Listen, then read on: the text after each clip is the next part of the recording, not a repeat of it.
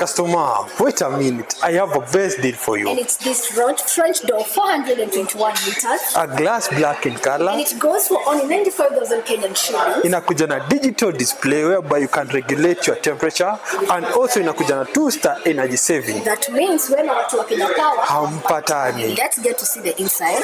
You can see it's a total no frost. Inakuja na smart LED lights. And also it has a humidity control whereby hapo unaweka vitu kama fish, fruits. And also you can see the compartments are very strong.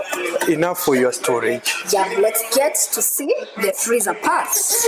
So inakuja na total of 6 storage compartment. Unaweza weka hiyo githeri. Hapa ukipika chakula unazistore for a month. Unaweza weka vitu kama nzoo. Bado unaweza weka nyama.